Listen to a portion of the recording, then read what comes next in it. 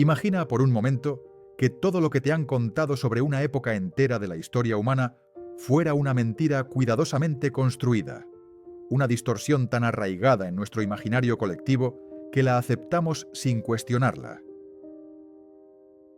Cuando pensamos en la Edad Media, las imágenes que acuden a nuestra mente suelen ser sombrías: castillos tenebrosos, calles embarradas y personas cubiertas de mugre que jamás conocieron el agua y el jabón.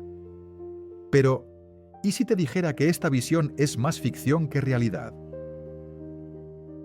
La leyenda del medievo sucio no nació en la Edad Media misma, sino siglos después, forjada por quienes tenían todo el interés en desprestigiar esa época.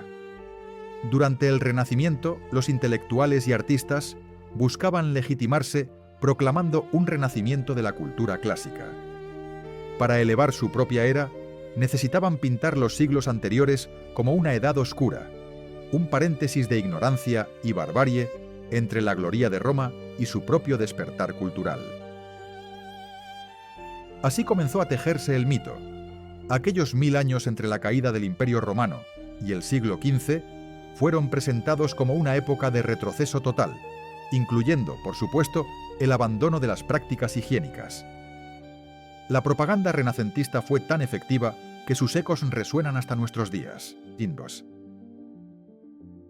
Pero la construcción de este mito no se detuvo en el Renacimiento. Siglos más tarde, la era victoriana añadiría nuevas capas a esta distorsión histórica.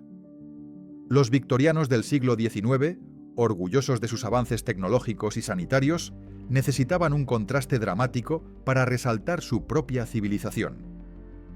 Miraron hacia atrás y encontraron en la Edad Media el villano perfecto, una época supuestamente plagada de enfermedades, suciedad y superstición.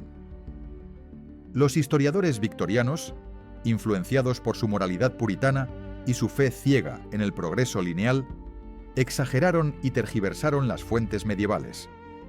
Crearon una caricatura del hombre medieval como un ser sucio, ignorante y temeroso del agua, una imagen que se infiltró en la literatura, el arte y la educación popular.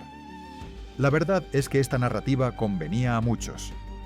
Para los reformadores sociales victorianos, presentar el pasado como un infierno insalubre justificaba sus propias cruzadas por la higiene pública. Para los imperialistas, demostraba la superioridad de la civilización europea moderna sobre las épocas anteriores y, por extensión, sobre otras culturas contemporáneas. Para el cine y la literatura del siglo XX, ofrecía un escenario dramático y visualmente impactante. Así, película tras película, libro tras libro, la imagen del medievo sucio se solidificó en piedra dentro de nuestra conciencia cultural. Nos acostumbramos tanto a esta versión que dejamos de preguntarnos si era verdad. Pero aquí está el problema fundamental con este mito.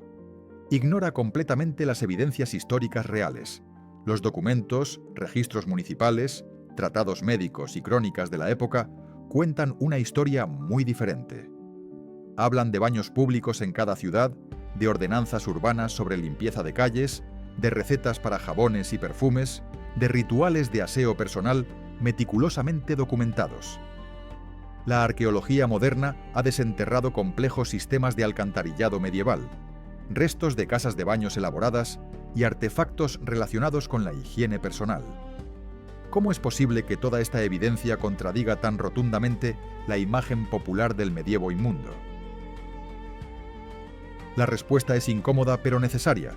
Hemos estado mirando la historia a través de lentes distorsionadas. Hemos permitido que los prejuicios de épocas posteriores nublen nuestra comprensión de una civilización compleja y multifacética. La Edad Media no fue un bloque monolítico de 1000 años de oscuridad, sino un período de transformaciones, innovaciones y continuidades con el mundo antiguo. Las prácticas de higiene no desaparecieron cuando cayó Roma.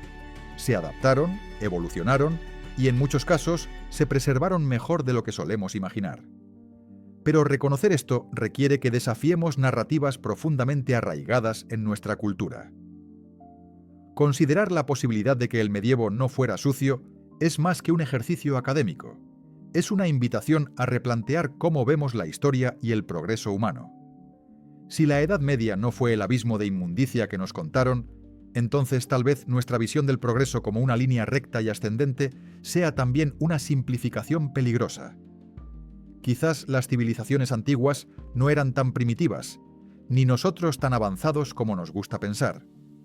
Esta reflexión nos obliga a ser más humildes ante el pasado y más críticos con las narrativas convenientes que heredamos sin cuestionarlas.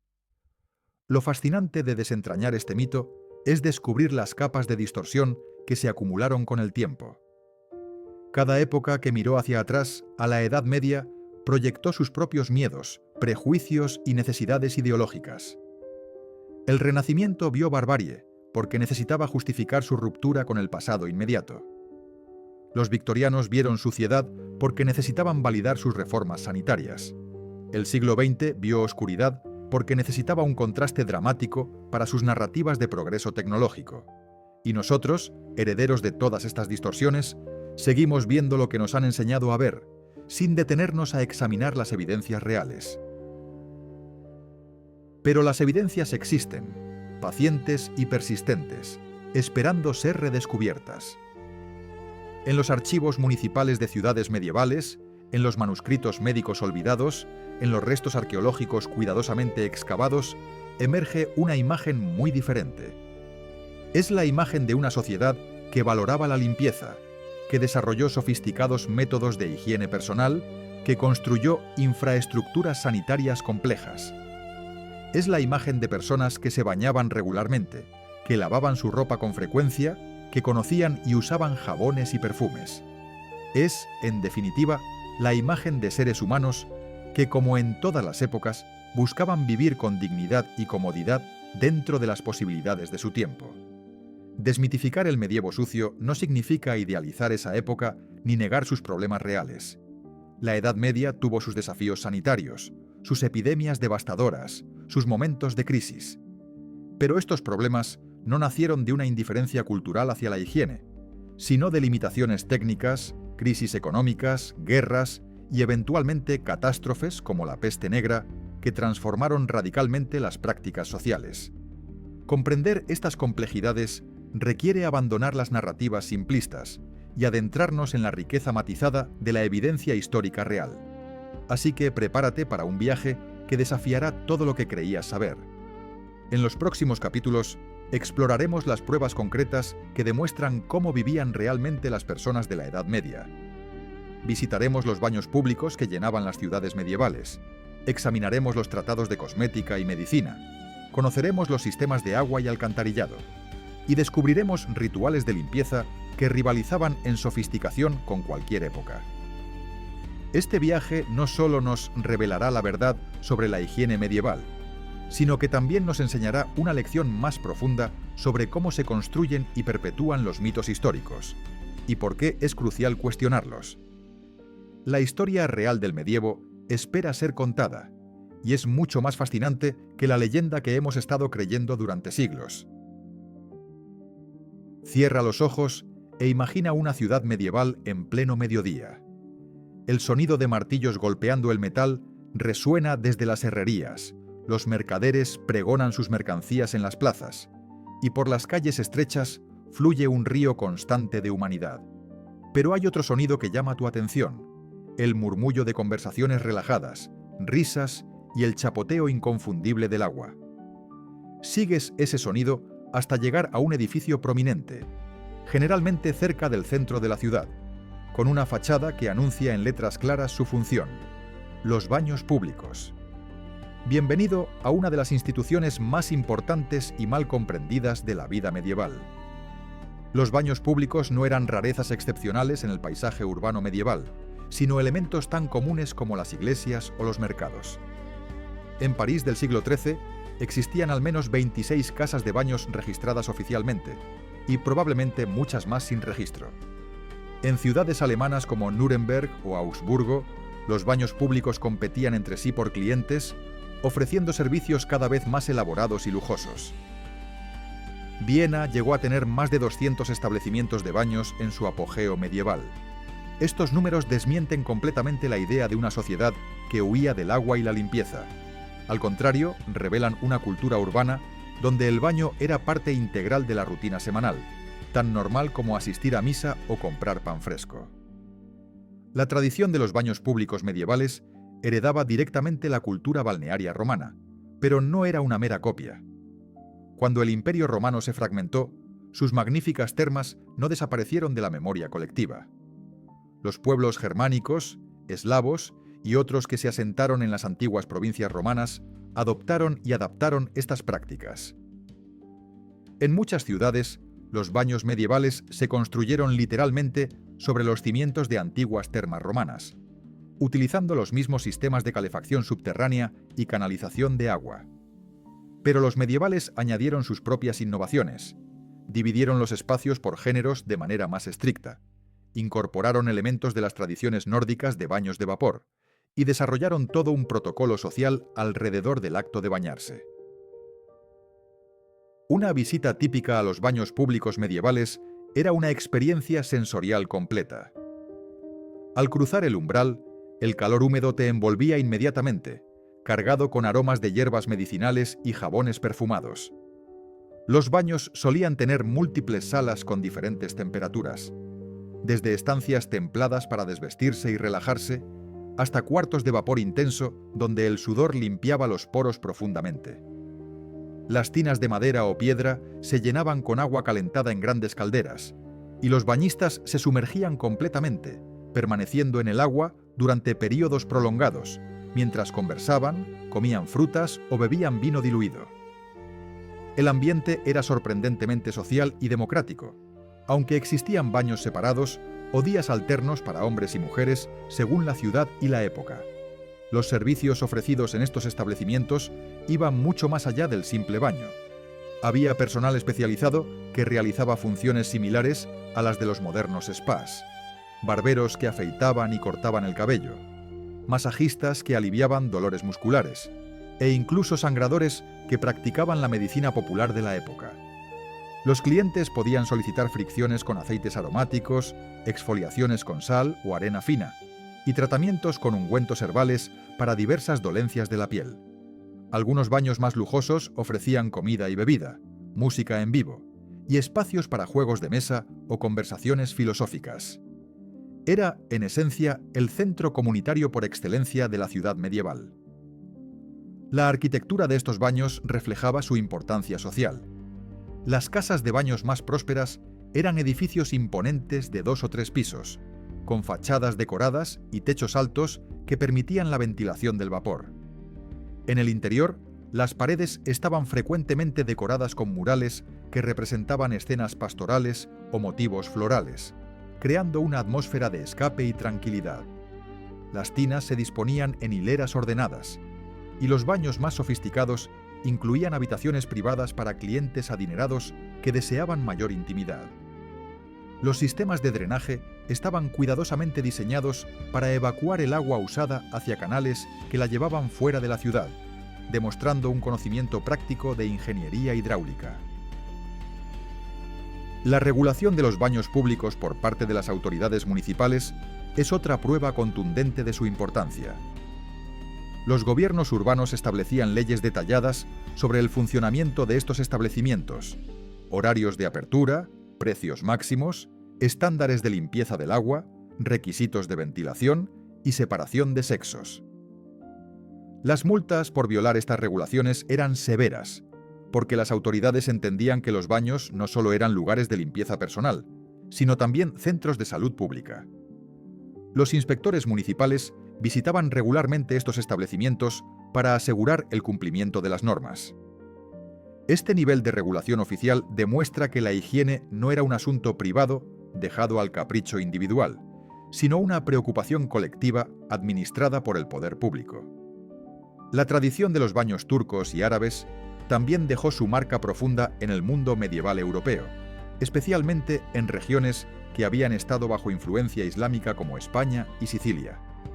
Los hammams musulmanes, con su sofisticado sistema de salas progresivamente más calientes y sus rituales elaborados de limpieza, se convirtieron en modelos aspiracionales.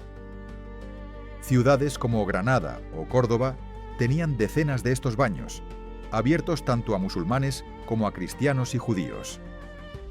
Cuando los reinos cristianos reconquistaron estos territorios, no destruyeron los baños, sino que los adoptaron y mantuvieron funcionando. Esta transferencia cultural enriqueció las prácticas de higiene europeas con técnicas y conocimientos del mundo islámico, donde la limpieza corporal tenía connotaciones religiosas profundas. El precio de acceso a los baños públicos era deliberadamente accesible para la mayoría de la población urbana. Una visita costaba típicamente el equivalente a unas pocas monedas de cobre, aproximadamente lo mismo que una hogaza de pan o una jarra de cerveza. Esto significaba que incluso artesanos, sirvientes y trabajadores manuales podían permitirse bañarse regularmente. Los muy pobres a menudo recibían acceso gratuito ciertos días de la semana, financiado por instituciones caritativas o cofradías religiosas. Esta accesibilidad económica transformaba el baño de un lujo aristocrático en un hábito popular extendido por todas las clases sociales. La higiene no era privilegio de ricos, sino derecho y práctica comunitaria. Los baños también servían funciones sociales que trascendían la simple limpieza. Eran lugares donde se cerraban negocios, se arreglaban matrimonios, se compartían chismes y noticias, y se forjaban amistades. Los gremios de artesanos organizaban salidas colectivas a los baños como actividades de confraternización. Las familias acudían juntas en ocasiones especiales, convirtiendo el baño en un ritual festivo. Esta dimensión social explica por qué los baños permanecían abiertos incluso durante periodos de dificultad económica. No eran solo servicios higiénicos, sino tejido conectivo de la comunidad urbana medieval. Es crucial entender que la frecuencia de uso de estos baños era notable. Las fuentes sugieren que muchos ciudadanos medievales se bañaban al menos una vez por semana, y algunos grupos profesionales, como barberos o carniceros, lo hacían con mayor frecuencia por razones obvias de higiene laboral. Esta regularidad desmiente totalmente la imagen del medieval que temía el agua o que pasaba meses sin limpiarse. El baño semanal era tan rutinario como la misa dominical, integrado profundamente en el ritmo de la vida cotidiana. Sin embargo, esta cultura floreciente de los baños públicos enfrentaría desafíos devastadores en los siglos posteriores. La llegada de la peste negra a mediados del siglo XIV transformaría radicalmente las actitudes hacia los baños públicos, pero esa es una historia que exploraremos más adelante. Por ahora es suficiente reconocer que durante los siglos centrales de la Edad Media, del 1000 al 1300 aproximadamente, los baños públicos representaban el corazón palpitante de la vida urbana. Eran templos laicos dedicados al cuidado del cuerpo, espacios donde el agua y el vapor cumplían funciones tanto físicas como sociales. Lejos de ser una sociedad que rechazaba la limpieza, el mundo medieval urbano la abrazaba y la celebraba en estas instituciones públicas accesibles a todos. El agua ocupaba un lugar paradójico en la mente medieval, venerada y temida, esencial y peligrosa, sagrada y mundana a la vez. Esta relación compleja con el elemento líquido que da vida ha sido frecuentemente malinterpretada como un rechazo absoluto al agua, cuando en realidad representa una comprensión matizada de sus propiedades y riesgos. Para entender verdaderamente la higiene medieval, debemos sumergirnos en esta relación ambivalente que los habitantes de aquella época mantenían con el agua, explorando tanto sus precauciones como sus usos cotidianos. Contrario a la creencia popular, las ciudades medievales no carecían de infraestructura hidráulica. Muchas urbes europeas heredaron y mantuvieron los acueductos romanos que continuaban funcionando siglos después de la caída del imperio. En ciudades como Segovia, Lyon o Colonia, estos antiguos acueductos seguían transportando agua fresca desde manantiales remotos hasta el corazón urbano. Pero los medievales no se limitaron a mantener lo heredado. También construyeron nuevos sistemas adaptados a sus necesidades específicas.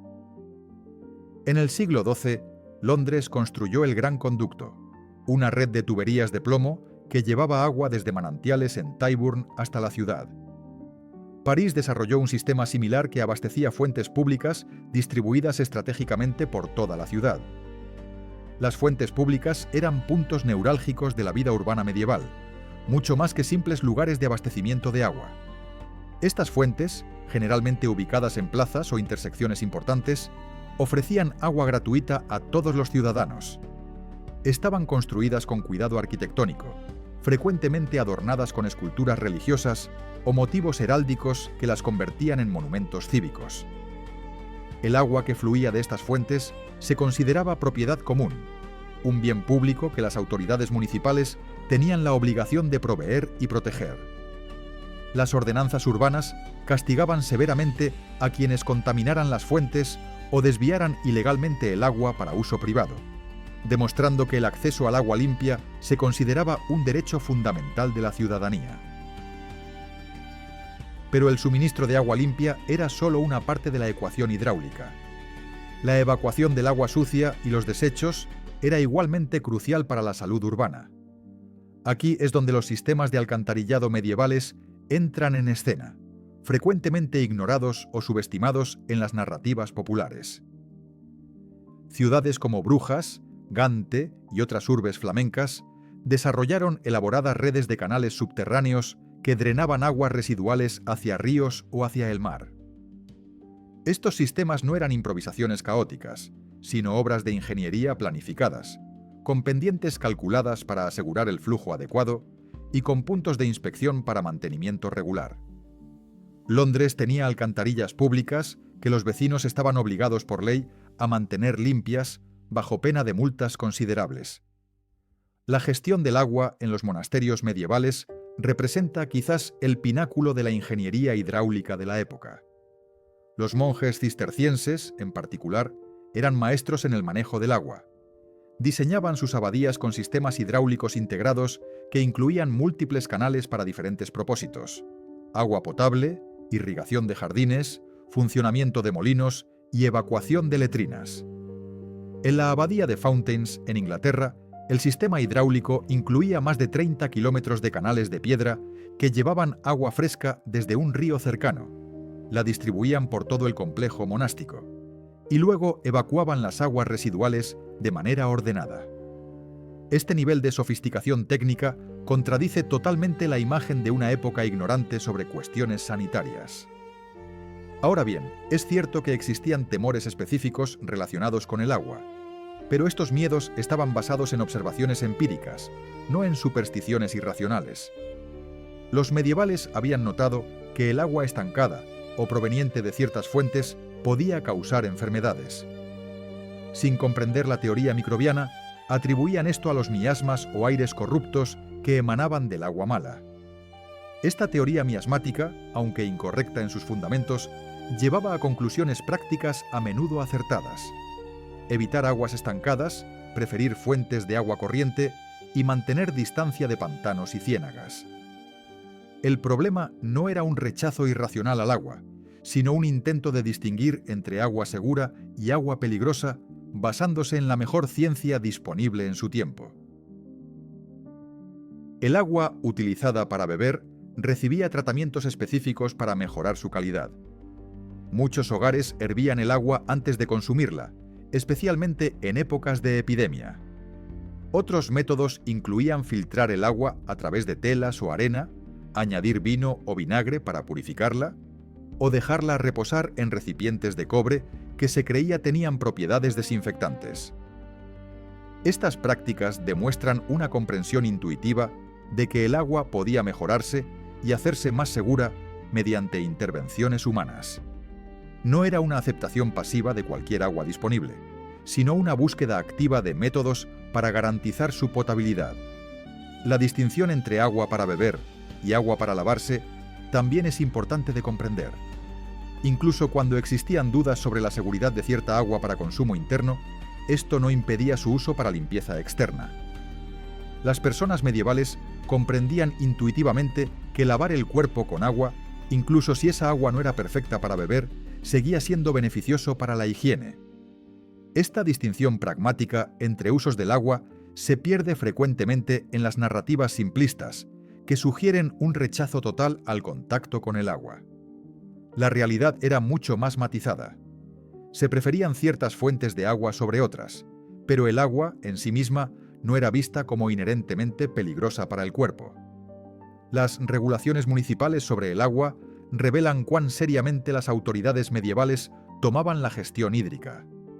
Existían ordenanzas que prohibían arrojar basura en ríos o fuentes, que establecían zonas exclusivas para ciertos usos del agua, aguas arriba versus aguas abajo, y que sancionaban a los artesanos que contaminaban cursos de agua con los residuos de sus oficios.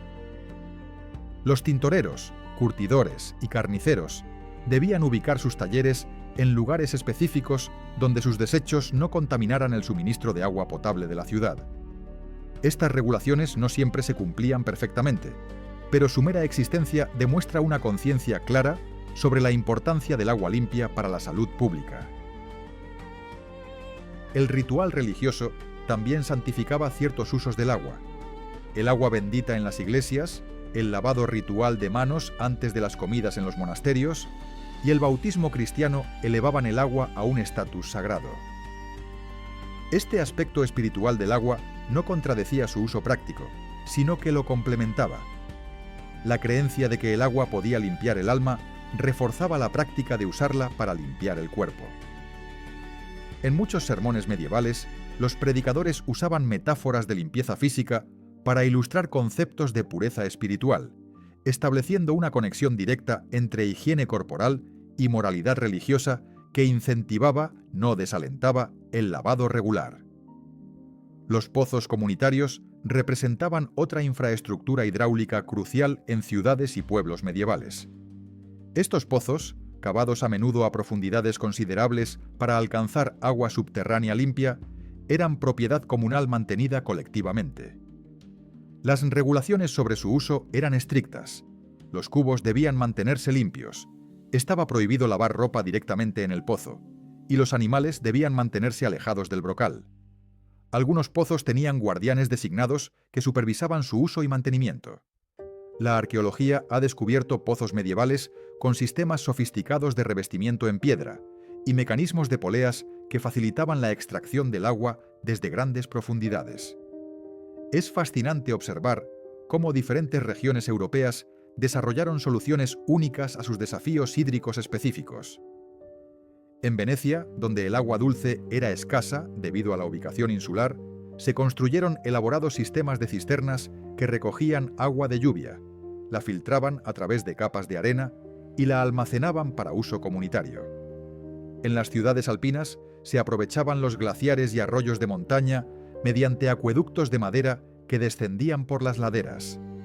En las regiones áridas de España se adaptaron las técnicas de irrigación árabes para crear redes de distribución de agua extraordinariamente eficientes. Esta diversidad de soluciones técnicas demuestra creatividad e ingenio, no ignorancia o negligencia.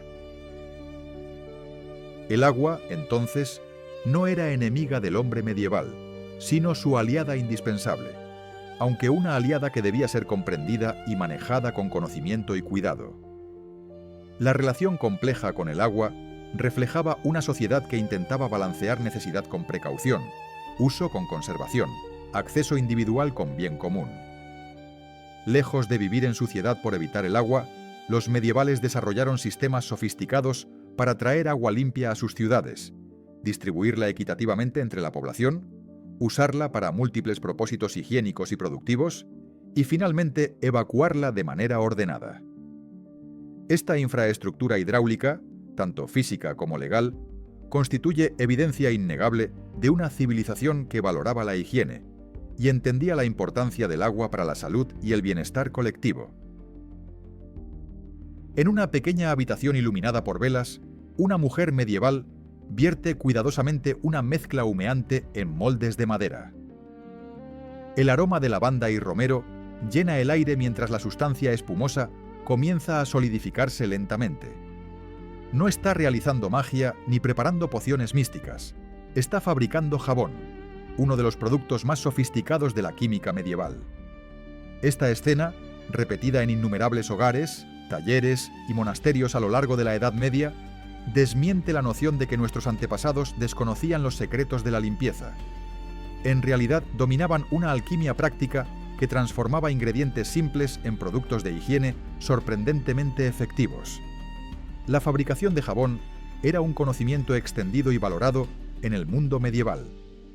El proceso básico, heredado del mundo antiguo y perfeccionado durante siglos, consistía en combinar grasas animales o aceites vegetales con lejía obtenida de cenizas de madera. Esta reacción química, conocida hoy como saponificación, era comprendida empíricamente por los fabricantes medievales mucho antes de que la ciencia moderna explicara sus principios.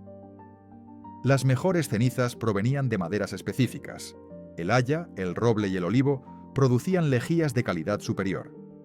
Los artesanos jaboneros guardaban celosamente sus recetas específicas, que incluían proporciones exactas, tiempos de cocción precisos y técnicas particulares de removido y enfriamiento que determinaban la textura y calidad final del producto. Existían diferentes calidades y tipos de jabón adaptados a diversos usos y bolsillos. El jabón más común, llamado jabón negro o verde, debido a su color oscuro, se fabricaba con grasas animales económicas y cenizas ordinarias. Este jabón básico era accesible para las clases trabajadoras y se usaba principalmente para lavar ropa y para limpieza general. Pero también existían jabones de lujo extraordinariamente refinados.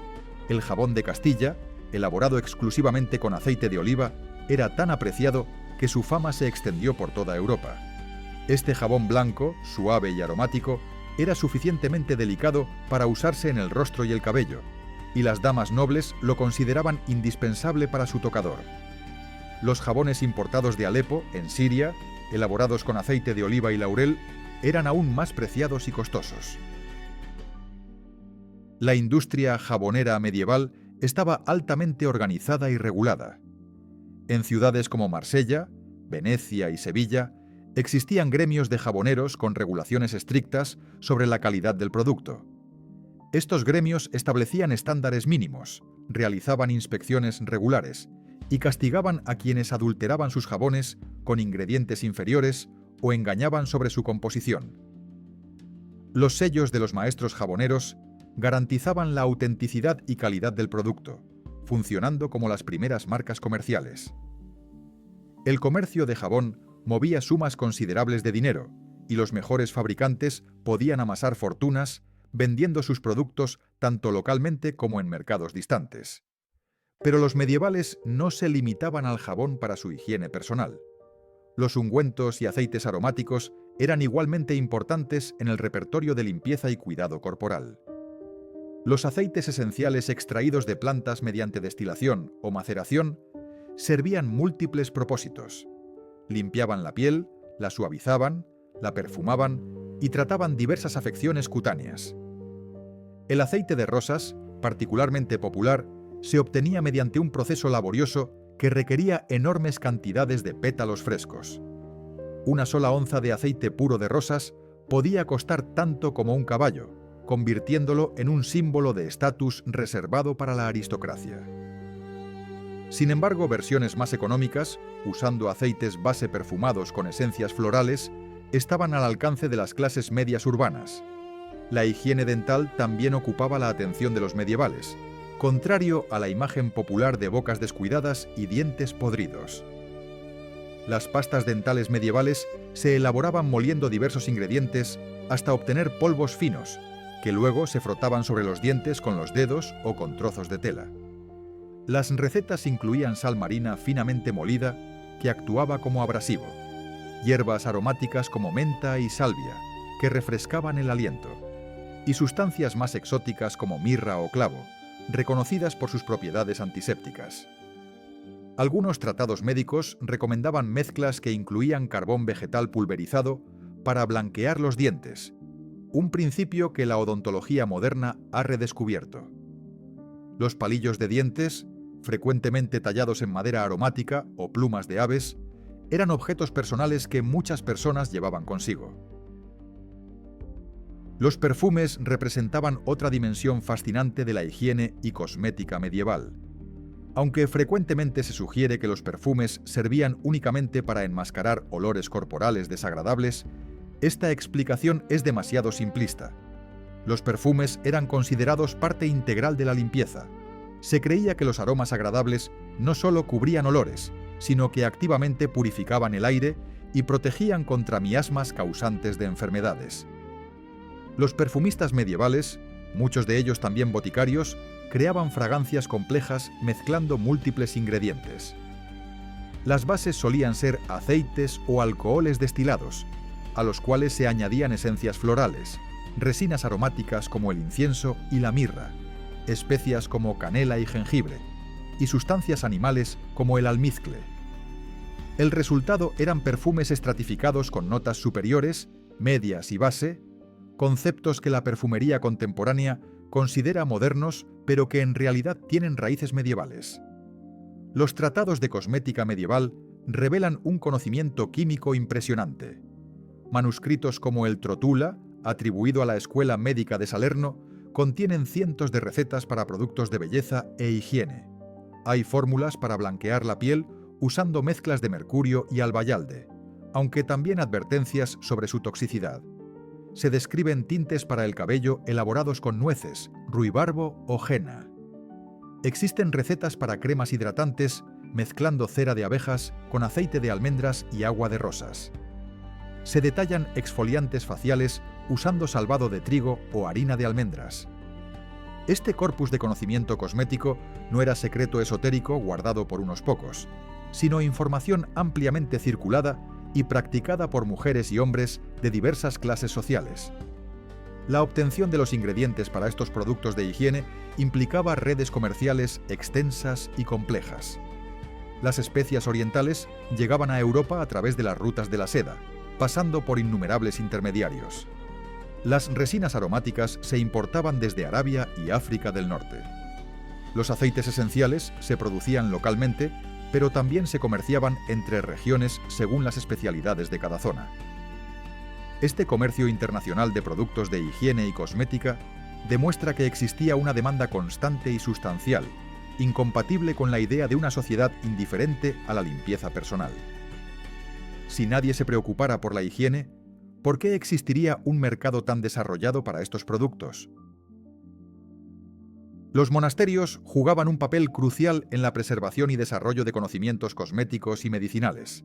Los monjes y monjas cultivaban jardines de hierbas medicinales y aromáticas, experimentaban con nuevas formulaciones y copiaban cuidadosamente recetas en manuscritos iluminados. Las enfermerías monásticas producían sus propios jabones, ungüentos y remedios, que luego distribuían no solo entre la comunidad religiosa, sino también entre los pobres y enfermos que acudían buscando ayuda. Esta tradición monástica de elaboración de productos de higiene y curación estableció estándares de calidad y documentación que influenciaron la práctica secular. Muchas recetas que consideramos tradicionales o folclóricas tienen en realidad su origen en los scriptoria monásticos medievales. La alquimia, esa ciencia protoquímica frecuentemente asociada con la búsqueda de oro y elixires de inmortalidad, también contribuyó significativamente al desarrollo de productos de higiene. Los alquimistas perfeccionaron técnicas de destilación que permitieron obtener aceites esenciales más puros y alcoholes de mayor grado. Experimentaron con combinaciones de sustancias buscando propiedades específicas. Aunque sus teorías fundamentales eran erróneas, sus métodos prácticos eran sólidos y producían resultados reales. El alcohol destilado, inicialmente buscado como medicamento, encontró uso como base para perfumes y como desinfectante. El agua de rosas destilada, producto de experimentación alquímica, se convirtió en ingrediente fundamental de innumerables preparaciones cosméticas.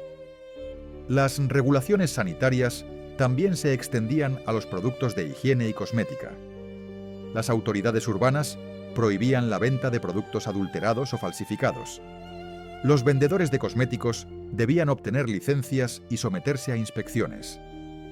Existían penas severas para quienes comercializaban productos peligrosos o engañosos. Esta regulación oficial reconocía implícitamente la importancia de los productos de higiene para la salud pública y el bienestar ciudadano. No se regula lo que no tiene importancia. La mera existencia de estas leyes prueba que la higiene personal era una preocupación social seria. Entonces, cuando examinamos la evidencia real sobre jabones, ungüentos y cosméticos medievales, emerge una imagen de sofisticación química, conocimiento práctico extenso, y una industria floreciente dedicada a satisfacer las necesidades de higiene de la población. Los medievales no solo se lavaban, lo hacían con productos cuidadosamente elaborados que requerían conocimiento especializado para fabricar. Entendían principios químicos fundamentales, aunque carecieran de la terminología científica moderna. Valoraban la limpieza lo suficiente como para invertir tiempo, dinero y esfuerzo en crear y adquirir productos específicamente diseñados para limpiar y cuidar el cuerpo. Esta realidad está muy lejos de la imagen del medieval sucio que supuestamente ignoraba o despreciaba la higiene personal. Existe un concepto de higiene medieval que resulta completamente contraintuitivo para nuestra mentalidad moderna.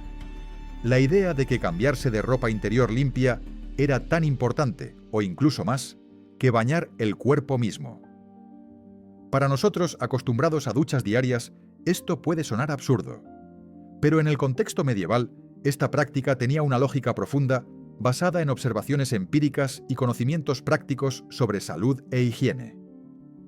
La ropa blanca, ese término que engloba todas las prendas de lino que se llevaban directamente sobre la piel, constituía la verdadera frontera entre la limpieza y la suciedad, el elemento clave en el arsenal higiénico medieval. El lino era el tejido por excelencia para la ropa interior medieval, y esta elección no era accidental. Las propiedades naturales del lino lo convertían en el material ideal para prendas que estaban en contacto directo con la piel. Absorbía la humedad corporal, manteniendo la piel seca. Era naturalmente antibacteriano, reduciendo los olores. Se blanqueaba fácilmente con el sol y la lejía, alcanzando ese blanco resplandeciente tan valorado. Y soportaba lavados repetidos y vigorosos sin desintegrarse. Además, el lino se volvía más suave con cada lavado, a diferencia de la lana que se endurecía y encogía. Estas cualidades hacían del lino el tejido perfecto para camisas, bragas, cofias y otras prendas íntimas que formaban la capa fundamental del vestuario medieval. La teoría higiénica detrás de la ropa blanca era sofisticada. Los medievales creían que el cuerpo expulsaba naturalmente impurezas a través de la piel en forma de sudor y otros humores corporales. La ropa interior de lino actuaba como una esponja absorbente que capturaba estas secreciones, manteniéndolas alejadas de la piel y de las prendas exteriores más caras y difíciles de lavar. Una vez que la prenda interior había absorbido suficiente suciedad corporal, se reemplazaba por otra limpia, llevándose consigo todas las impurezas acumuladas. Desde esta perspectiva, cambiar de camisa era literalmente quitarse la suciedad del cuerpo, un acto de limpieza tan efectivo como lavarse. Esta comprensión de la higiene como una transferencia de suciedad del cuerpo a la tela y luego su remoción mediante lavado era fundamentalmente correcta. La frecuencia con la que se cambiaba la ropa interior variaba según la clase social y las circunstancias, pero era sorprendentemente regular incluso en comparación con algunos periodos posteriores. Las personas acomodadas cambiaban su camisa de lino diariamente y tenían armarios llenos de estas prendas para asegurar siempre tener una limpia disponible. La clase media urbana cambiaba su ropa interior 2 o 3 veces por semana como mínimo. Incluso las clases trabajadoras intentaban cambiar sus camisas al menos una vez por semana, típicamente los domingos antes de ir a misa. El día de lavado semanal, generalmente los lunes, era una institución social tan firmemente establecida como el día de descanso dominical. Esta regularidad en el cambio de ropa interior contradice completamente la noción de medievales perpetuamente sucios. El simbolismo del lino blanco trascendía lo meramente práctico y adquiría dimensiones morales y sociales. Llevar lino blanco limpio era una declaración visual de decencia, moralidad y estatus respetable. Los inventarios testamentarios medievales frecuentemente listan con orgullo la cantidad de camisas de lino que poseía el difunto, como evidencia de su posición social. En los retratos de la época, mostrar el cuello y los puños de lino blanco asomando por debajo de las prendas exteriores era una forma deliberada de señalar limpieza y refinamiento. El blanco brillante del lino recién lavado comunicaba un mensaje inequívoco. Esta persona cuida de sí misma, mantiene estándares de higiene y merece respeto. la suciedad visible en la ropa blanca era motivo de vergüenza social, un marcador de negligencia personal inaceptable. El proceso de lavado de la ropa blanca era un ritual elaborado que requería conocimiento, esfuerzo y tiempo considerable. El primer paso era remojar las prendas en agua fría para aflojar la suciedad superficial. Luego se hervían en grandes calderos con lejía fabricada de cenizas y agua, removiendo constantemente con palos largos. Este hervor alcalino disolvía las grasas y eliminaba manchas persistentes, además de matar piojos y otros parásitos que pudieran habitar en la tela. Después venía el enjuague repetido en agua limpia, frecuentemente en ríos o arroyos donde la corriente ayudaba a eliminar todo rastro de jabón.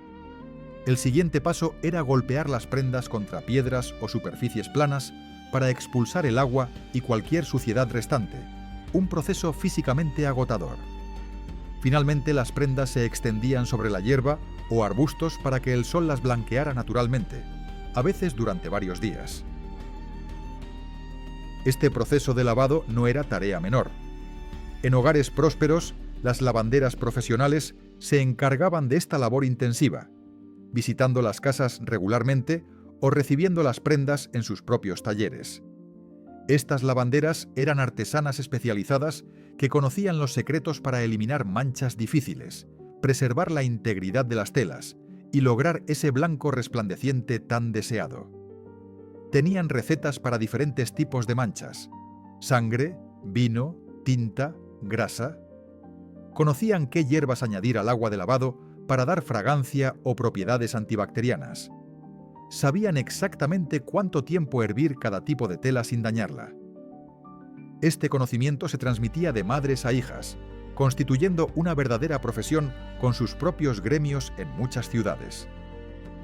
Las instalaciones comunales de lavado eran características comunes del paisaje urbano medieval.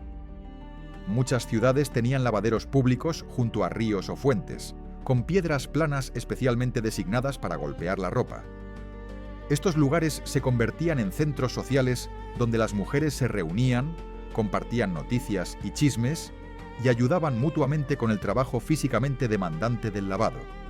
Las regulaciones municipales frecuentemente especificaban zonas particulares del río para diferentes usos: aguas arriba para lavar ropa de cama y prendas delicadas, aguas abajo para prendas más sucias o teñidas.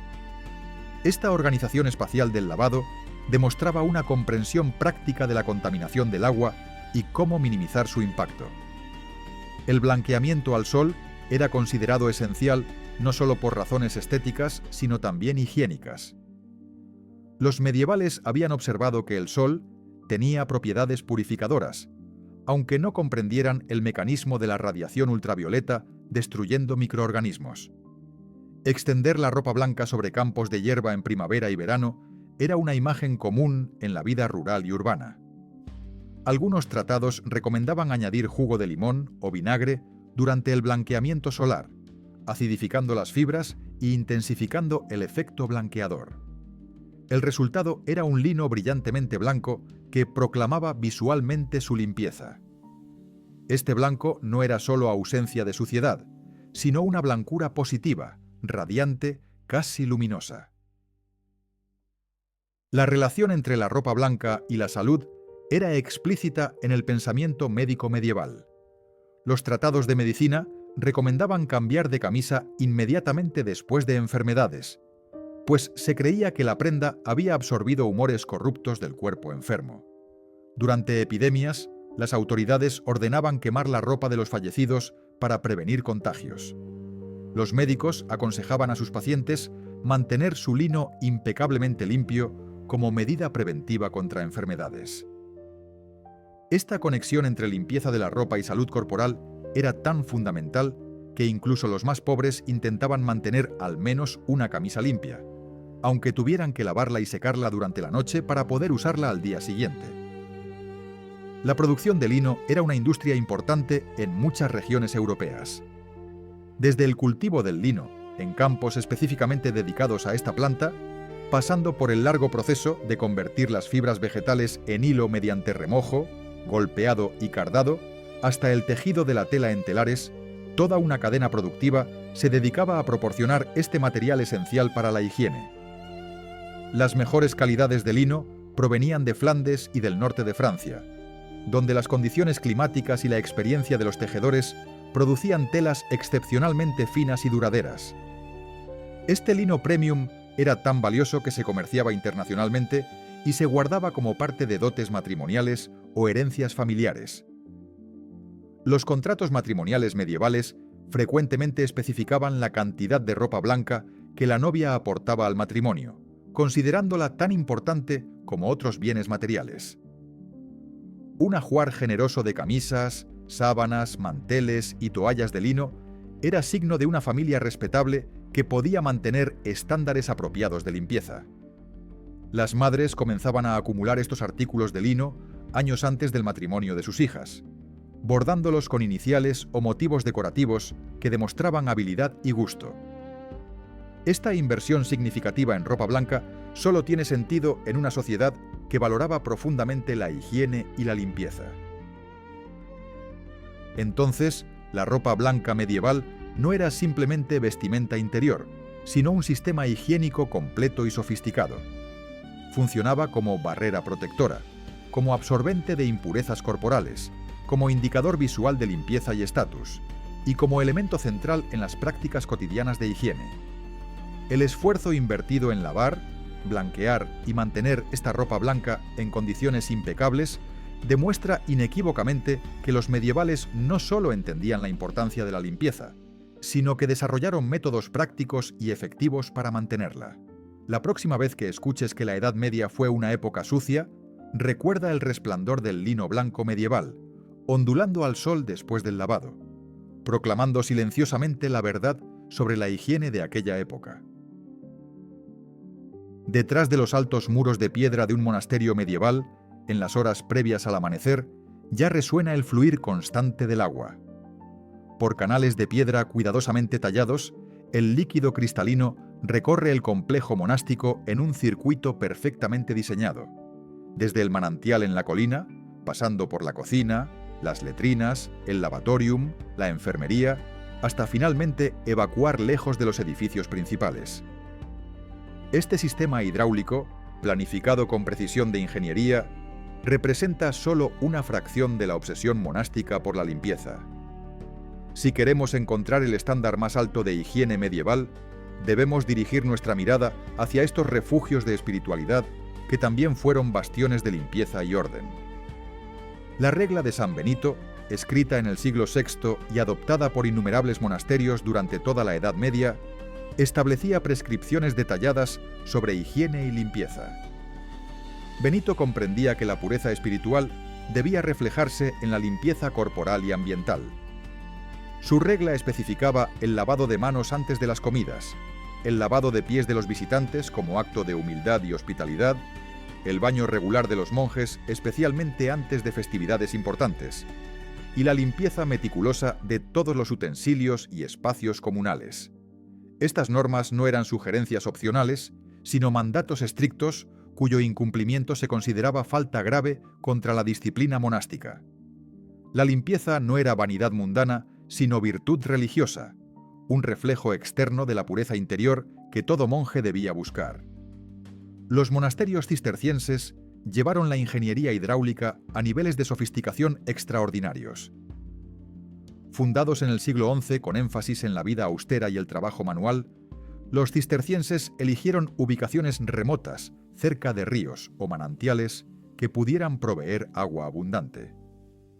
Luego diseñaban todo el complejo monástico alrededor del agua, creando sistemas integrados de suministro y evacuación.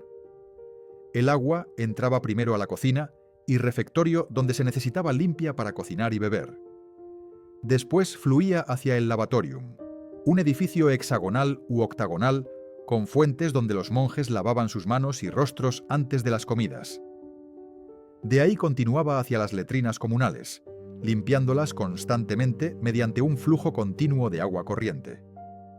Finalmente, el agua usada se evacuaba mediante canales cubiertos hacia el río, aguas abajo del punto de captación. La enfermería monástica era quizás el lugar donde los estándares de higiene alcanzaban su expresión más rigurosa. Los monjes enfermos recibían cuidados que incluían baños terapéuticos regulares, cambio frecuente de ropa de cama, dietas especiales preparadas con ingredientes frescos y reposo en habitaciones ventiladas y limpias. Las reglas monásticas eximían explícitamente a los enfermos de las restricciones normales sobre baños, permitiéndoles e incluso ordenándoles bañarse tan frecuentemente como fuera necesario para su recuperación. Los tratados médicos monásticos, como los escritos en el Scriptorium de Montecassino o la Abadía de Saint-Gall, documentaban meticulosamente las conexiones entre limpieza y salud, estableciendo protocolos que anticipaban principios modernos de enfermería. Las tasas de recuperación en las enfermerías monásticas eran notablemente superiores a las de los hospitales seculares, un testimonio directo de la efectividad de sus prácticas higiénicas. El lavatorio de pies, ritual semanal obligatorio en muchos monasterios, tenía tanto significado espiritual como práctico. Cada sábado, los monjes se turnaban lavándose mutuamente los pies en ceremonias que imitaban el acto de humildad de Cristo lavando los pies de sus discípulos. Pero más allá del simbolismo religioso, este ritual aseguraba que los pies de todos los monjes se limpiaran regularmente, previniendo infecciones y enfermedades podológicas comunes en una época donde caminar era el principal medio de transporte. El agua utilizada se calentaba previamente, se añadían hierbas aromáticas con propiedades antisépticas, y después del lavado se aplicaban ungüentos curativos a cualquier herida o irritación. Esta atención metódica a una parte del cuerpo, frecuentemente descuidada, demuestra la comprensión monástica de que la higiene total requería cuidado de cada extremidad. Las letrinas monásticas representaban lo más avanzado en tecnología sanitaria medieval. A diferencia de las simples fosas sépticas o pozos negros comunes en asentamientos seculares, las letrinas monásticas eran estructuras elaboradas construidas generalmente sobre corrientes de agua o canales especialmente desviados para ese propósito. Filas de asientos de madera o piedra se colocaban sobre canales por donde fluía agua constantemente, arrastrando los desechos lejos del edificio. Algunas letrinas tenían sistemas de ventilación mediante conductos que evacuaban los olores desagradables. Los monjes debían limpiar estas instalaciones regularmente según un horario rotativo de tareas. Esta infraestructura sanitaria era tan avanzada que algunas letrinas monásticas del siglo XII funcionaban con principios similares a los retretes modernos con descarga de agua, un invento que popularmente se atribuye a épocas mucho posteriores. La limpieza de espacios comunales era responsabilidad compartida con horarios estrictos y estándares exigentes. Cada semana, diferentes monjes se encargaban de barrer el claustro, limpiar el refectorio, lavar la cocina y airear los dormitorios. Las herramientas de limpieza se guardaban en lugares específicos y debían devolverse limpias después de su uso. Los pisos se fregaban con agua y hierbas aromáticas machacadas que dejaban fragancias agradables y ayudaban a repeler insectos. Las ventanas se abrían diariamente para ventilar, una práctica basada en la creencia correcta de que el aire fresco promovía la salud. Los tratados monásticos sobre gestión abacial dedicaban capítulos enteros a los procedimientos apropiados de limpieza, demostrando que esto no era detalle menor, sino aspecto central de la vida comunitaria bien ordenada. Los jardines de hierbas medicinales y aromáticas, cultivados en los monasterios, servían múltiples propósitos relacionados con la higiene. Lavanda, romero, salvia, menta y tomillo se cultivaban tanto para usos culinarios como para elaborar jabones, ungüentos y preparaciones de limpieza. Los monjes herbolaristas, frecuentemente los mismos que servían en la enfermería, experimentaban con diferentes combinaciones, buscando las más efectivas para diversas aplicaciones. El conocimiento botánico acumulado en estos jardines se documentaba cuidadosamente en herbarios ilustrados que circulaban entre monasterios, creando una red de intercambio de información científica. Muchas de las plantas que hoy asociamos con productos de limpieza natural tienen su cultivo sistemático originado en estos jardines monásticos medievales.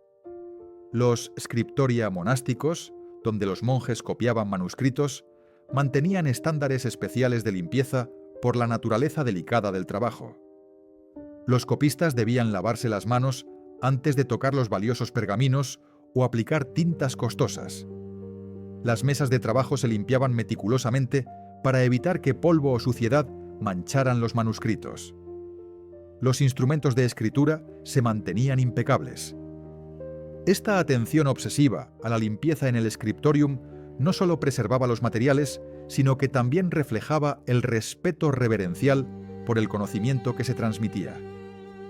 Los manuscritos mismos frecuentemente contenían recetas y tratados sobre higiene, perpetuando este conocimiento para generaciones futuras. La hospedería monástica, donde se alojaban peregrinos y viajeros, ofrecía servicios de limpieza que sorprendían gratamente a los huéspedes seculares. Al llegar se les ofrecía agua caliente para lavarse las manos y el rostro, seguido del ritual lavado de pies. Se les proporcionaban toallas limpias de lino. Sus ropas polvorientas del camino podían lavarse mientras ellos descansaban. Las camas tenían sábanas de lino lavadas regularmente. Estos servicios no eran lujos excepcionales, sino hospitalidad estándar en monasterios prósperos. Muchos viajeros comentaban en sus crónicas sobre la limpieza superior de las hospederías monásticas comparadas con posadas seculares. Esta reputación no era accidental, sino resultado de protocolos estrictos de mantenimiento higiénico. La organización temporal de la vida monástica también servía a propósitos higiénicos. El ritmo diario de oraciones, trabajo, comidas y descanso seguía horarios precisos que incluían momentos específicos dedicados a la limpieza personal y ambiental. Después del trabajo manual en campos o talleres, siempre había tiempo asignado para lavarse antes de las oraciones o comidas. Este orden temporal aseguraba que la higiene no se dejara al azar o a la iniciativa individual, sino que estuviera integrada estructuralmente en el flujo de la vida comunitaria. La regularidad era clave. Las mismas acciones higiénicas se repetían a las mismas horas cada día, creando hábitos profundamente arraigados.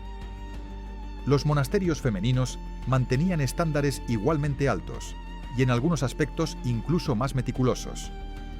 Las abadesas implementaban reglas estrictas sobre lavado de ropa, limpieza personal y mantenimiento de los espacios compartidos. Las monjas desarrollaron técnicas especializadas de lavandería que producían los linos más blancos y suaves. Sus habilidades en elaboración de jabones y cosméticos rivalizaban con las de los artesanos profesionales. Muchos de los tratados médicos y cosméticos más influyentes de la Edad Media fueron escritos por o para comunidades de monjas, demostrando que las mujeres religiosas eran custodias igualmente importantes del conocimiento higiénico. Así, los monasterios medievales no solo preservaron prácticas de higiene durante épocas difíciles, sino que las perfeccionaron y elevaron a un arte. Fueron laboratorios vivientes donde se experimentaba con nuevas técnicas, se documentaban los resultados y se transmitía el conocimiento a través de redes extensas de comunidades religiosas. La limpieza monástica no era mero accidente de comunidades obsesivas, sino expresión consciente de una filosofía que vinculaba pureza corporal con salud física y espiritual.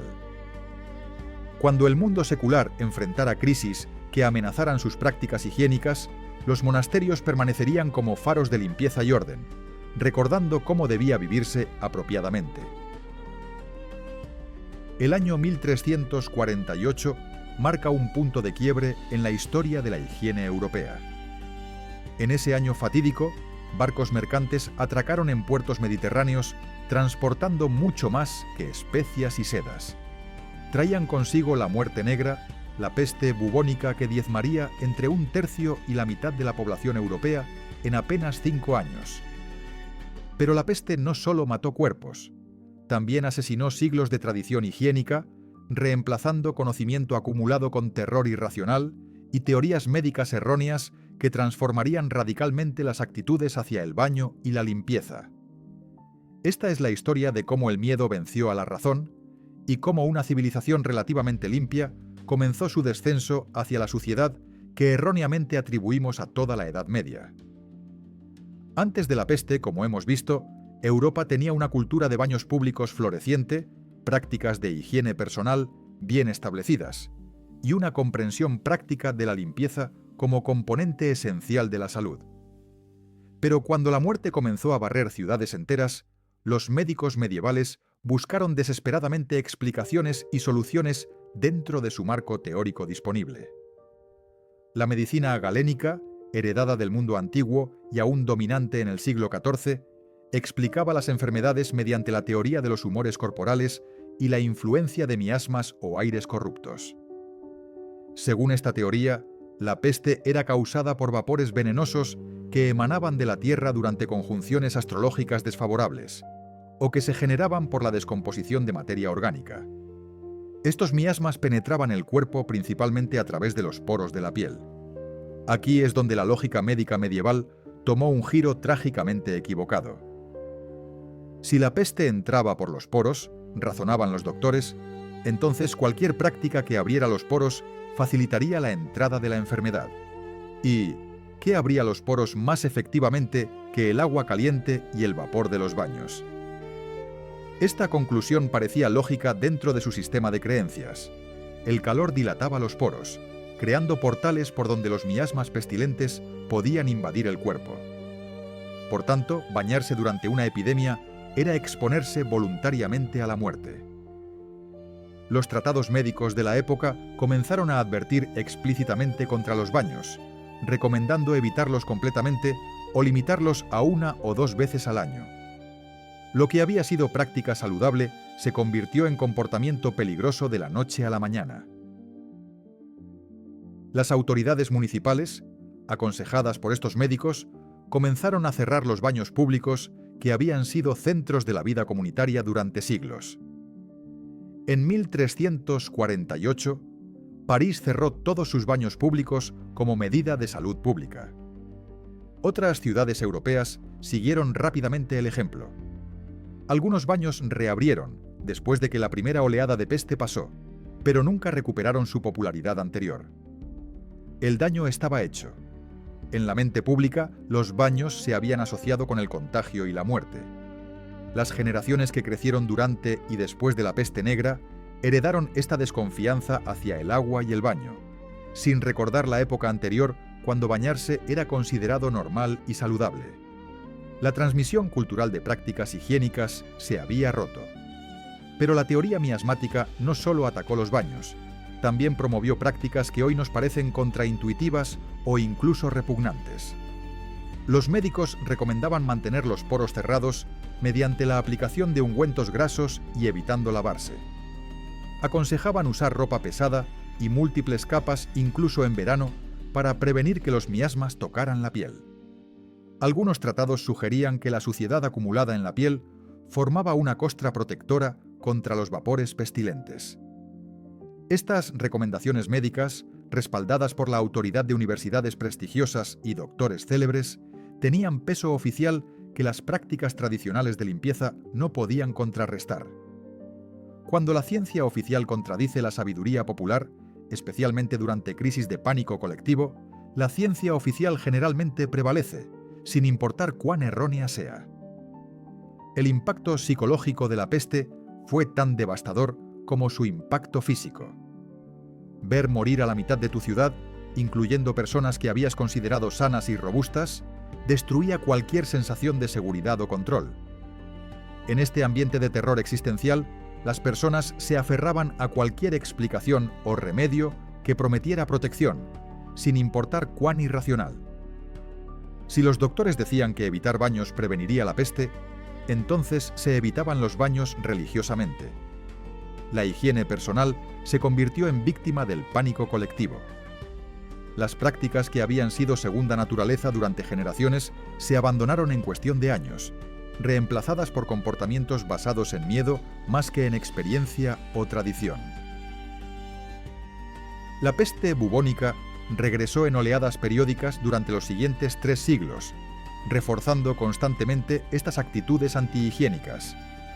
Cada vez que reaparecía la enfermedad, se cerraban baños públicos, se renovaban advertencias médicas contra el agua y se reforzaba la asociación entre limpieza y contagio. Generaciones sucesivas crecieron en un mundo donde los baños públicos eran recuerdos del pasado o lugares sospechosos frecuentados solo por los más temerarios o ignorantes. La infraestructura de baños que había florecido en los siglos XII y XIII cayó en desuso y ruina. Los edificios se reconvirtieron para otros usos o simplemente se demolieron. El conocimiento de cómo construir y mantener sistemas de baños elaborados se perdió gradualmente. Este cambio no fue instantáneo ni uniforme en toda Europa. Algunas regiones mantuvieron sus tradiciones de baño más tiempo que otras. Las comunidades judías, que seguían sus propias leyes religiosas de pureza ritual, continuaron bañándose regularmente a pesar de las advertencias médicas cristianas. Irónicamente, esta adherencia a prácticas higiénicas tradicionales, junto con otras diferencias culturales, llevó a que los judíos tuvieran tasas de mortalidad por peste ligeramente menores que sus vecinos cristianos. Pero en lugar de observar y aprender de esto, muchos cristianos acusaron a los judíos de causar la peste mediante brujería o envenenamiento de pozos, desatando persecuciones violentas. La lógica y la observación empírica habían sido completamente eclipsadas por el pánico y el prejuicio. La clase alta intentó mantener ciertos estándares de limpieza, pero incluso ellos modificaron sus prácticas significativamente. Los baños completos se volvieron ocasionales en lugar de regulares. Se enfatizó más el cambio frecuente de ropa blanca como método principal de higiene, reduciendo el baño corporal a mínimos. Los perfumes se volvieron aún más importantes, no solo para enmascarar olores, sino porque se creía que los aromas fuertes podían contrarrestar los miasmas pestilentes. Los médicos recomendaban llevar pomanders, pequeñas bolas perforadas llenas de especias aromáticas, o ramos de hierbas fragantes para respirar a través de ellos. Estas prácticas, originalmente complementos a la higiene regular, se convirtieron en sustitutos inadecuados del baño apropiado. Las clases trabajadoras, que nunca tuvieron el lujo de baños privados y dependían de instalaciones públicas, fueron las más afectadas por el cierre de los baños. Sin acceso a agua caliente abundante en sus hogares pequeños y prohibido usar los baños comunales, su higiene personal se deterioró dramáticamente. Este deterioro no era por elección o indiferencia, sino por la eliminación forzosa de la infraestructura que hacía posible la limpieza. Cuando los reformadores sociales de siglos posteriores señalaban la suciedad de las clases bajas como evidencia de inferioridad moral o cultural, ignoraban convenientemente que esta suciedad era resultado directo de políticas públicas que habían destruido el acceso democrático a instalaciones de limpieza. Los tratados médicos escritos durante y después de las epidemias de peste codificaron estas prácticas antihigiénicas, preservándolas en texto para las generaciones futuras. Estos libros, copiados y recopiados en universidades, circulados entre médicos y autoridades, se convirtieron en ortodoxia médica que persistió mucho después de que las epidemias de peste se volvieran menos frecuentes. Incluso cuando la amenaza inmediata de la enfermedad disminuyó, las recomendaciones contra el baño frecuente permanecieron en los manuales médicos estándar. La inercia institucional es poderosa.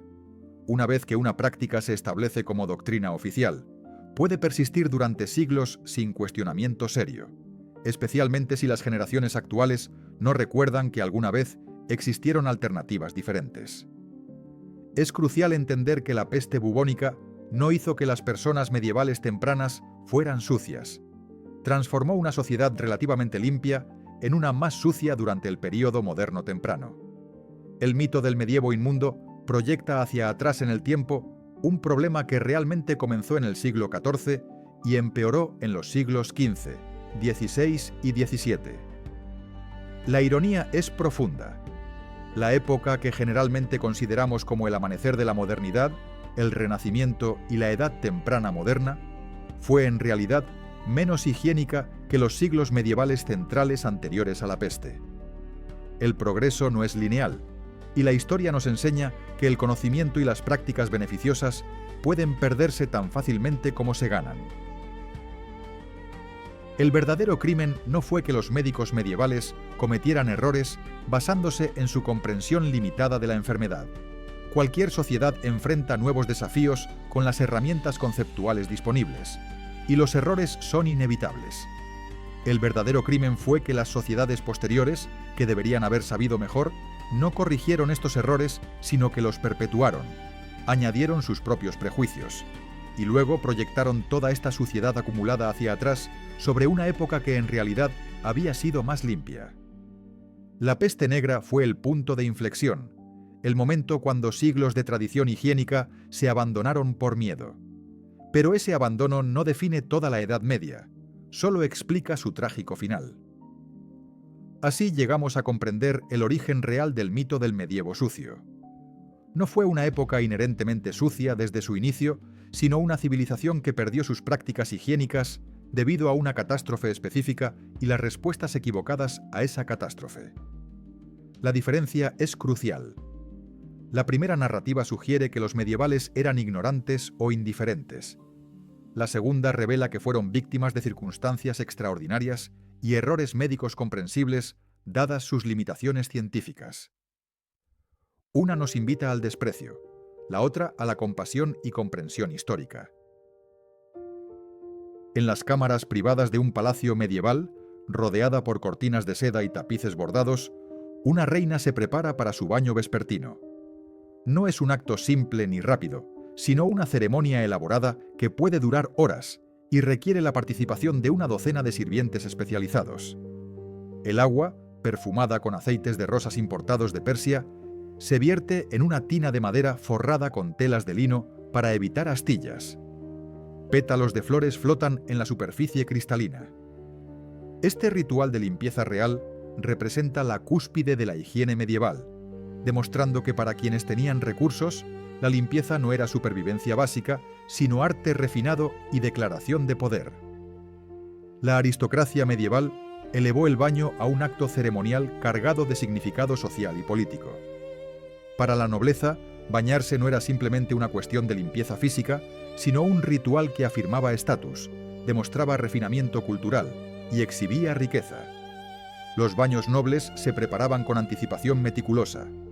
Sirvientes calentaban enormes cantidades de agua en calderos sobre fuegos constantemente atendidos, arrastraban pesadas tinas de madera o metal precioso hasta las cámaras privadas y preparaban toallas de lino finísimo calentadas previamente. El lujo no estaba en la limpieza misma, que cualquier campesino podía lograr en un río, sino en la elaboración del proceso y la calidad de los materiales empleados. Este teatro de la limpieza comunicaba mensajes claros sobre jerarquía social y civilización. Las tinas de baño utilizadas por la realeza eran obras de arte en sí mismas. Algunas estaban talladas en madera preciosa y decoradas con incrustaciones de marfil o piedras semipreciosas. Otras se fabricaban en cobre o bronce pulido hasta brillar como espejos. Las tinas más lujosas tenían respaldos altos y reposabrazos, permitiendo al bañista reclinarse confortablemente durante períodos prolongados. Algunas incluían pequeñas repisas integradas donde colocar copas de vino o frutas frescas para consumir durante el baño. Los nobles más acaudalados poseían múltiples tinas de diferentes tamaños y estilos para diversas ocasiones.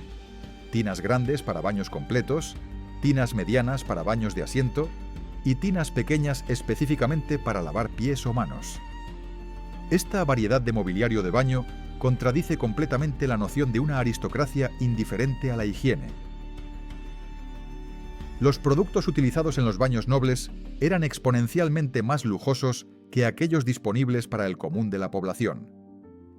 Mientras los ciudadanos ordinarios usaban jabón básico de sebo y ceniza, los nobles se lavaban con jabones perfumados importados desde tierras lejanas. El jabón de Alepo, con su mezcla de aceite de oliva y laurel, era particularmente codiciado. Los aceites aromáticos añadidos al agua de baño provenían de rosas damascenas, jazmín árabe o nardos indios, cada uno más costoso que el anterior. Algunos nobles utilizaban leche en lugar de agua para sus baños faciales, creyendo que blanqueaba y suavizaba la piel. La emperatriz bizantina Teodora, aunque de época anterior, había establecido un precedente de baños en vino que algunas nobles medievales intentaban imitar ocasionalmente en celebraciones especiales. El personal dedicado exclusivamente al servicio de baño en los palacios formaba toda una jerarquía especializada. Existían maestros de baño que supervisaban todo el proceso, asegurando que la temperatura del agua fuera perfecta y que todos los elementos necesarios estuvieran disponibles. Los portadores de agua, generalmente jóvenes robustos, tenían la tarea física de transportar los pesados calderos desde las cocinas hasta las cámaras de baño.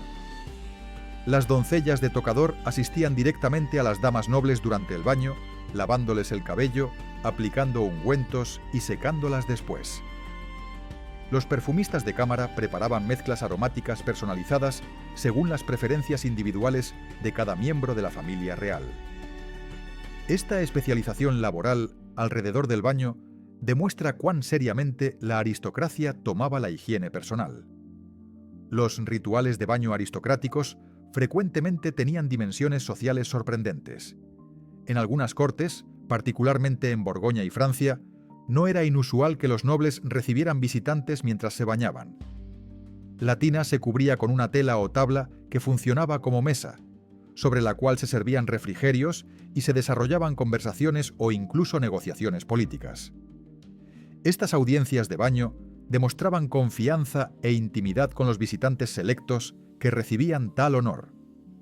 Algunos tratados de etiqueta cortesana incluían reglas específicas sobre el comportamiento apropiado durante estas visitas de baño, indicando que era práctica suficientemente común como para requerir codificación social.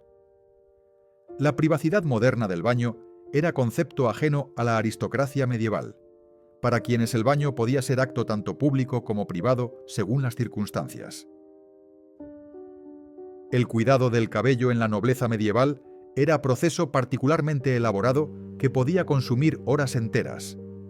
Las damas nobles lavaban sus cabellos con mezclas especiales que incluían ceniza de vid, yemas de huevo, hierbas aromáticas y a veces incluso oro en polvo que supuestamente añadía brillo. Después del lavado, aplicaban aceites perfumados y peinaban meticulosamente sus largos cabellos usando peines de marfil o madera de sándalo. Algunas recetas para acondicionadores capilares incluían ingredientes exóticos como extracto de corteza de sauce para prevenir caspa o infusiones de romero para estimular crecimiento. Los caballeros también cuidaban sus cabellos y barbas con productos específicos, aunque sus rutinas eran generalmente menos elaboradas que las femeninas. Este énfasis en el cuidado capilar contradice la imagen popular de nobles medievales con cabezas grasientas y descuidadas. Los baños medicinales representaban otra categoría especializada de práctica higiénica aristocrática. Los médicos de corte prescribían baños terapéuticos con aditivos específicos según las dolencias del paciente: azufre para problemas de piel, sales minerales para dolores articulares, hierbas calmantes para nervios alterados o estimulantes para melancolía. Algunos balnearios naturales con aguas termales se convirtieron en destinos favoritos de la nobleza que viajaba específicamente para tomar las aguas curativas. Baden-Baden en Alemania, Bath en Inglaterra y Aquisgrán, donde Carlomagno había establecido su palacio precisamente por sus termas, eran lugares de peregrinación aristocrática tanto por salud como por placer. Estas estancias balnearias combinaban tratamiento médico con socialización de élite, creando temporadas sociales alrededor de la práctica de bañarse. La preparación para eventos importantes siempre incluía baños ceremoniales. Antes de coronaciones, bodas reales o investiduras de caballeros, los participantes principales se sometían a rituales de baño que simbolizaban purificación y preparación espiritual, además de limpieza física. La ceremonia de investidura de caballeros, específicamente, incluía un baño ritual la noche anterior, durante el cual el escudero meditaba sobre las responsabilidades que asumiría. Este baño de caballería se realizaba en presencia de padrinos y a veces sacerdotes, subrayando su significado trascendental más allá de la mera higiene. El agua misma se bendecía, fusionando lo sagrado con lo práctico.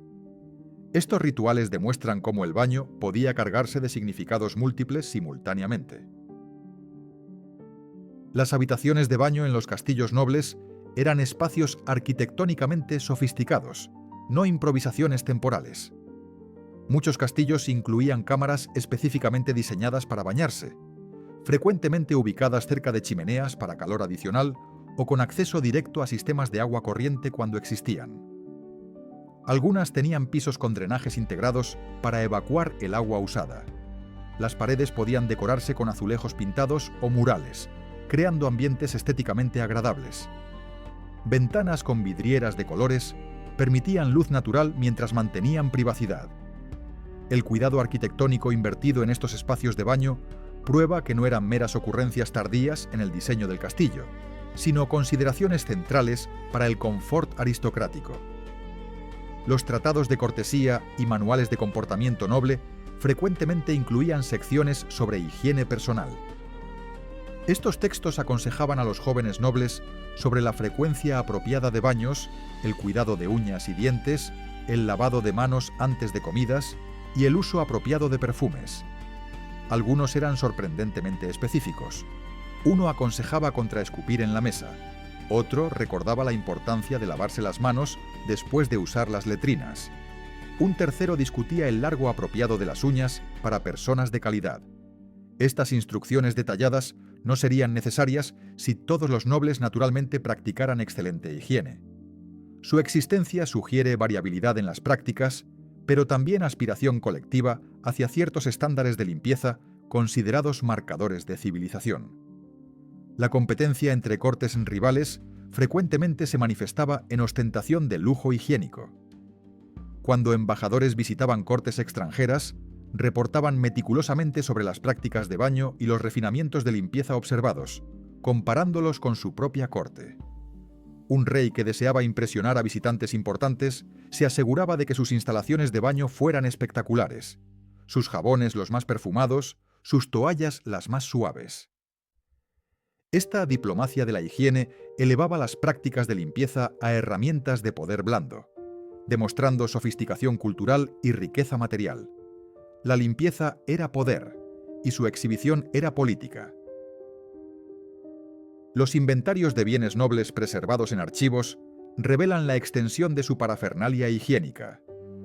Listas detalladas enumeran docenas de toallas de lino, múltiples tinas de baño, frascos de aceites aromáticos, peines y cepillos de diversos materiales, espejos de metal pulido o vidrio, tijeras para uñas de plata y contenedores elaborados para jabones y ungüentos. La mera cantidad de objetos dedicados específicamente a la higiene personal en estos inventarios demuestra que la limpieza no era pensamiento secundario, sino aspecto central de la vida aristocrática.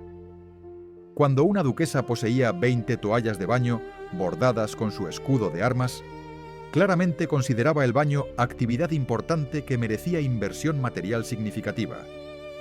Así, la aristocracia medieval no solo practicaba higiene, la transformaba en arte, ritual y declaración de identidad. Sus prácticas elaboradas de limpieza establecían estándares aspiracionales para las clases medias y preservaban tradiciones higiénicas incluso cuando el mundo más amplio enfrentaba desafíos. Si bien existía indudablemente brecha entre aristocracia y pueblo común en términos de lujo y elaboración, ambos grupos compartían valoración fundamental de la limpieza. La diferencia era de grado, no de clase.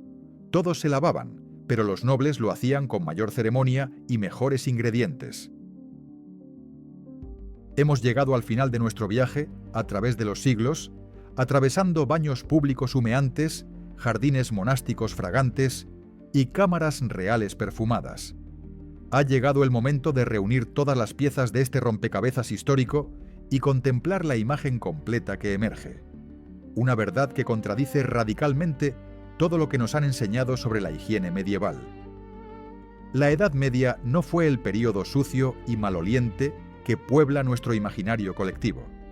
Fue, durante la mayor parte de su extensión, una civilización que valoraba la limpieza, desarrolló prácticas higiénicas sofisticadas y mantuvo estándares de higiene personal que en muchos aspectos rivalizaban con épocas posteriores.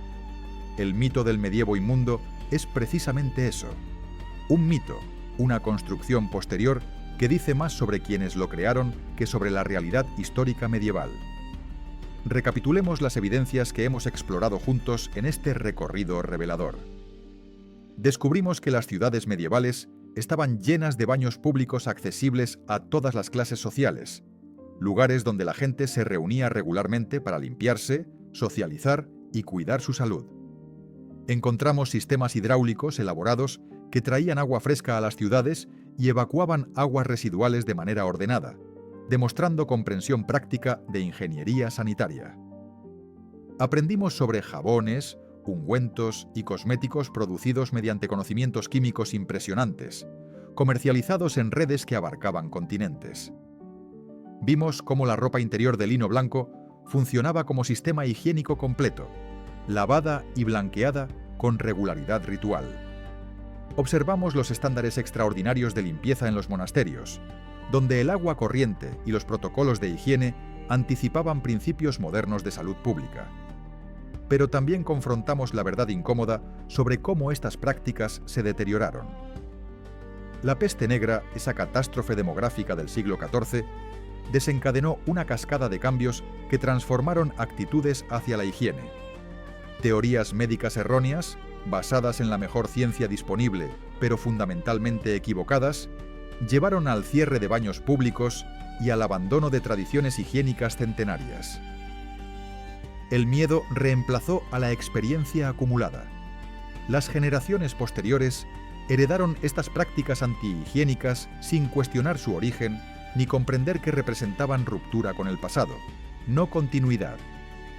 Lo que comenzó como respuesta de pánico a una crisis se solidificó en norma cultural que persistió durante siglos.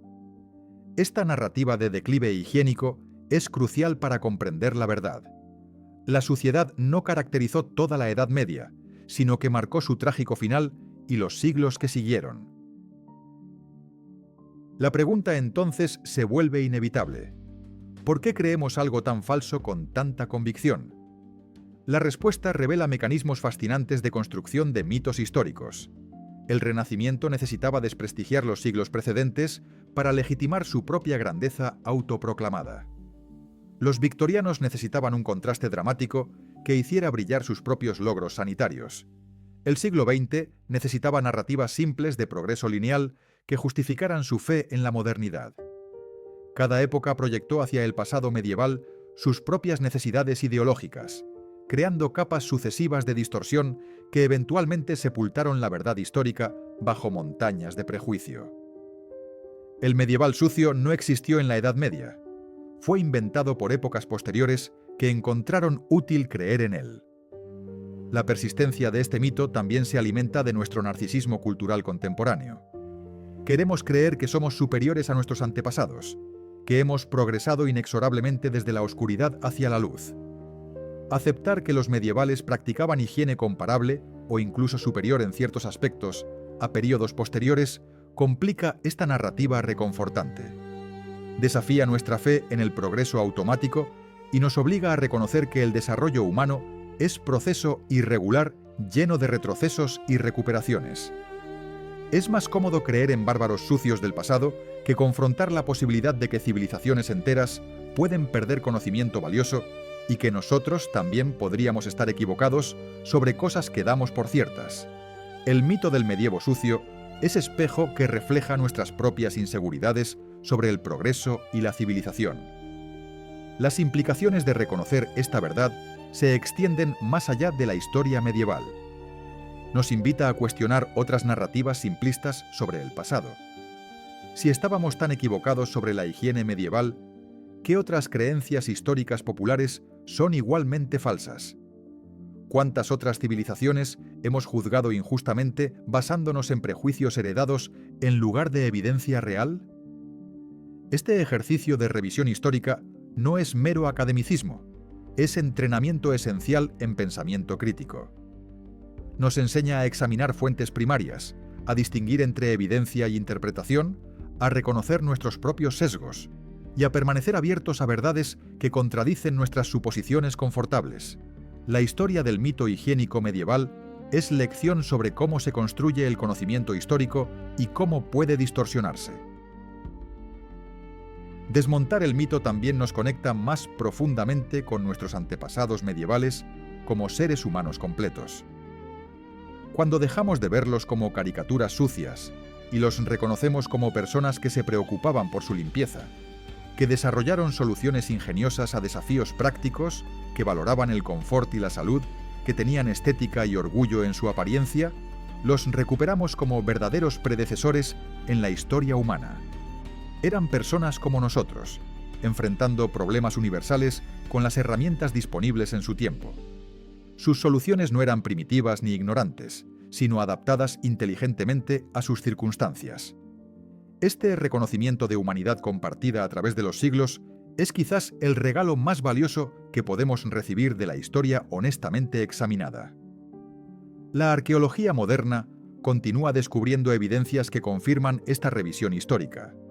Cada excavación de un baño medieval, cada análisis químico de residuos de jabón en cerámicas antiguas, cada documento de archivo revelando ordenanzas de limpieza urbana, añade otra pieza al mosaico de la verdad. La ciencia arqueológica, libre de los prejuicios literarios que distorsionaron la historiografía tradicional, ofrece testimonio material incontrovertible de cómo vivían realmente las personas medievales. Los objetos no mienten ni exageran, simplemente existen, esperando pacientes que los interpretemos correctamente. Esta convergencia de evidencia documental, arqueológica y análisis crítico moderno construye caso irrefutable. La Edad Media fue significativamente más limpia de lo que la leyenda sugiere. Debemos también reconocer las variaciones regionales y temporales dentro de esos 1000 años que llamamos Edad Media. No todas las épocas ni todos los lugares mantuvieron los mismos estándares de higiene. Hubo periodos y regiones de mayor y menor limpieza, influenciados por factores económicos, políticos y climáticos. Las ciudades comerciales prósperas del siglo XII mantenían estándares superiores a aldeas rurales empobrecidas. Los períodos de paz y prosperidad facilitaban mejor higiene que tiempos de guerra y hambruna. Reconocer esta complejidad nos aleja de generalizaciones absolutas hacia comprensión matizada de cómo las circunstancias moldean las prácticas culturales. La higiene medieval no fue monolíticamente buena ni mala, fue variada, adaptativa y siempre dependiente del contexto específico. La lección final que extraemos de este viaje histórico es sobre humildad intelectual. Estábamos convencidos de conocer una verdad sobre el pasado, y resultó ser ficción. ¿Qué otras certezas que albergamos sobre historia, sobre otras culturas, sobre el mundo, podrían ser igualmente falsas? Esta pregunta no debe llevarnos al relativismo paralizante donde toda verdad se vuelve imposible. En cambio, debe inspirarnos a buscar evidencia más rigurosa, a cuestionar narrativas convenientes y a permanecer abiertos a revisar nuestras creencias cuando los hechos lo demanden. El conocimiento genuino requiere voluntad de estar equivocados y coraje para admitirlo cuando la evidencia así lo indica. Los medievales no eran sucios, nosotros estábamos equivocados. Aceptar esto nos hace mejores pensadores y más honestos historiadores. Entonces, ¿vivían en la suciedad los hombres y mujeres de la Edad Media? La respuesta resonante es no. Vivían con los desafíos inherentes a sociedades preindustriales sin tecnología moderna, pero enfrentaban esos desafíos con ingenio, conocimiento acumulado y valoración clara de la higiene como componente esencial de la vida digna y saludable. Desarrollaron jabones sofisticados, construyeron infraestructura hidráulica compleja, mantuvieron baños públicos accesibles, lavaron regularmente su ropa blanca y crearon toda una cultura alrededor de la limpieza. Cuando circunstancias extraordinarias como la peste negra interrumpieron estas prácticas, no fue por indiferencia cultural, sino por teorías médicas erróneas que cualquier sociedad podría haber adoptado ante una crisis incomprensible. La verdad histórica es siempre más compleja, más interesante y más humana que los mitos simplistas que preferimos creer. Gracias por acompañarnos en este viaje revelador a través de la verdadera higiene medieval. Esperamos haber transformado tu comprensión de esta época fascinante y mal comprendida. Si disfrutaste este contenido, no olvides suscribirte al canal y déjanos un comentario contándonos qué otro tema histórico o mitológico te gustaría explorar en futuros videos. La historia está llena de mitos esperando ser desmantelados y verdades esperando ser descubiertas.